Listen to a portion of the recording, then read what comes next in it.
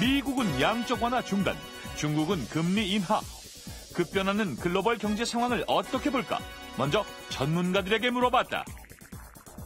6명 중 4명이 국내보다 해외에 투자하는 게 좋다고 대답했고, 1명은 국내에 투자하는 것이 좋을 것으로 전망했다. 국내 증시는 이미 한국 경제가 디플레 압력으로 들어섰기 때문에 그러니까 주가가 오를 수 있는 폭이 되게 제한적입니다. 환에 대한 리스크가 상대적으로 좀 덜할 것 같습니다. 일단 환의 리스크를 일단 제거하고 보면은 우리나라 증시가 상대적으로 강점이 있다고 보여집니다. 거품이다. 더 올라갈 것이다. 말 많은 중국 주식. 지금 들어가도 될까? 전문가 6명 모두 긍정적이었다. 지금처럼 시장이 조정 국면에 빠진 이러한 시점에서 저가 매수 기회로 참여하는 게 훨씬 좋다라고 보고 있습니다. 성강중 신청시장 열리는 거에 대한 수급 상황도 계속 좋게 생각하고 있습니다. 그래서 장기적으로는 성장에 대해서 긍정적으로 생각하고 있습니다.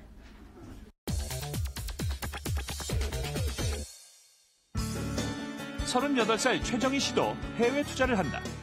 아이 돌보랴 살림하랴 바쁜 생활 속에서 은행 예금 금리보다 4배 가까이 수익을 거두고 있다. 제일 높은 거는 최근에 들은 거는 한 20%까지 난 것도 있고요. 평균 한 7, 8% 그 정도 되는 것 같아요. 정희 씨는 항생, 중국 기업 지수, 유로스톡스 50 등 해외 지수에 투자하고 있는데 ELS라는 상품을 통해서다. 일반 주식이 종목가가 올라야 수익이 나는 것과 달리 주가연계증권 ELS는 미리 정해놓은 범위를 벗어나지만 않으면 수익이 나는 구조다. ELS는 개별 종목을 기초자산으로 하는 종목형과 코스피 지수와 S&P 500 같은 국내외 지수를 기초자산으로 하는 지수형으로 나뉘는데 정희 씨는 지수형 ELS에만 투자하고 있다. 종목형보다 덜 위험하기 때문이다. 처음에 ELS 가입했을 때 그때 이제 종목형 ELS였거든요. 근데 그 회사 주식이 쫙 빠지면서 한 10% 정도 손해보고 나온 일이 있어요. 지수형 ELS는 발행 시점 대비 지수가 5, 60% 미만으로 하락하지 않으면 연 6, 7% 수준의 수익을 얻을 수 있는 중위험, 중수익 상품. 덕분에 박스권의 주식시장과 저금리에 지친 자금을 끌어들이며 지난해 ELS 발행액이 사상 처음으로 70조 원을 돌파.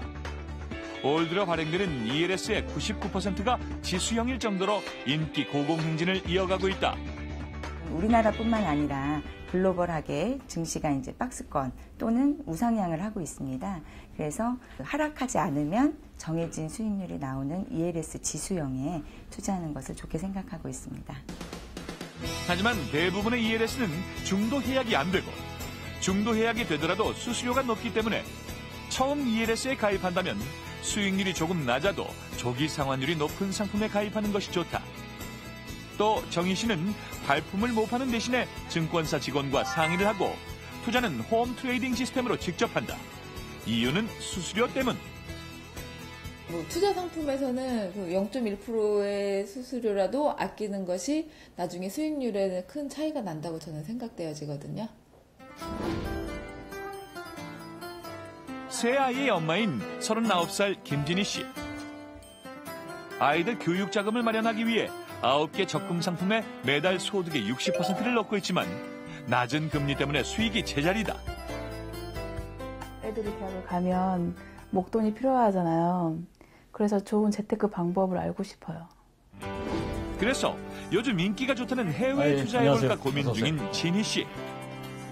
1억 정도로 해서 아이 대학 자금을 하려고 계획을 세웠는데 전문가와 해외 투자 시 주의점을 짚어보았다. 무조건 준펀드를 넣으면 수익 전체가 내 수익이 될 것이라는 착각에 젖어들면 안 됩니다. 먼저 세금 문제. 국내 주식은 매매 차익에 대한 양도소득세가 부과되지 않지만 중국을 포함한 해외 주식은 양도 차익에 대해 22%의 세금이 부과된다. 연에 250만 원까지는 비과세 되시긴 하지만 그 양도소득 신고는 세금을 내지 않더라도 하셔야 된다는 점을 생각하셔야 되고요. 또한 환율 변동에도 영향을 받기 때문에 실제 수익이 줄어들 수도 있는데 이는 외화 예금도 마찬가지.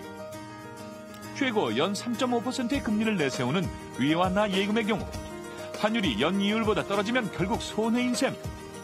외화 예금 또한 원금 손실이 있을 수 있는 투자 상품이라는 것을 명심해야 한다. 위안화 값이 하락했을 때 문제가 생기거든요. 근데 지금 돈을 푼다는 얘기는 위안화 값을 떨어뜨린다는 얘기가 되거든요. 예금도 주식도 해외로 돈이 몰리는 재테크 시장. 열풍에 휩쓸리지 말고 수익과 안전의 균형을 지키는 것이 중요하다.